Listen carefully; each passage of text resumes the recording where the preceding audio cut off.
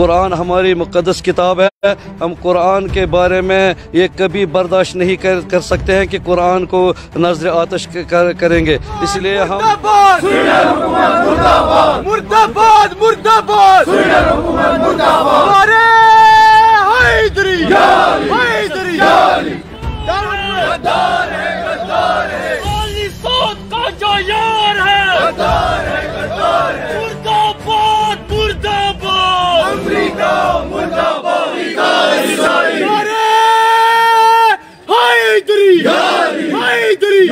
आमदीद है आप सभी का एक बार फिर से जेके न्यूज़ पॉइंट के लाइव ब्रॉडकास्ट में। मैं हूँ आपका दोस्त आकिब डार। नाजरीन, अभी हम मौजूद हैं श्रीनगर प्रेस कॉलोनी में और आए दिन यहाँ पे एहतजाज होते जा रहे हैं, लेकिन आज का एहतजाज बेहद ही अहम और ख़ास है क्योंकि कुछ दिन पहले सूडान में जो है कुरान के साथ बेहरमती की गई और उसके बाद कश्मीर से आवाज़ निकल कर आई है और इससे पहले भी बहुत सारे ऐसी वाक़या जो है पेश आए और उसके बाद यहाँ से आवाज़ निकल आती है।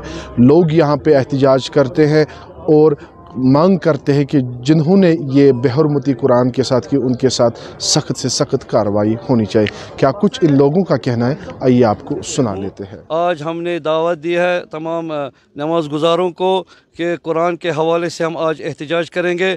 पिछले कई हफ्तों से जो स्वीडन में कुछ ओबाश और अराज़िलों ने कुरान करीम को नज़र आतिश किया और बेहरमती की, हमारे दिलों को मजरूह किया, पूरे आलम इस्लाम के दिलों को मजरूह किया।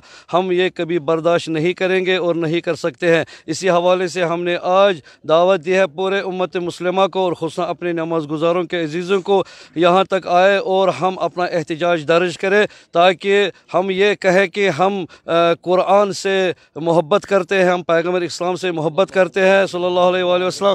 कुरान हमारी मुक़द्दस किताब है। हम कुरान के बारे में ये कभी बर्दाश्त नहीं कर सकते हैं कि कुरान को नजर आतिश करेंगे। इसलिए हम तमाम उम्मत मुस्लिमा से यही अपील करते हैं कि स्वीडन हुकूमत, फ्रांस, जो कोई भी हुकूमत कुरान और पैगम्बर इस्लाम की अहानत करते हैं, इसको कड़ी से कड़ी सज़ा दी जाए और इसको महकूम करते हैं। हम इस प्रोटेस्ट को दर्ज करते और इस चीज़ को हम यहाँ महकूम करते हैं।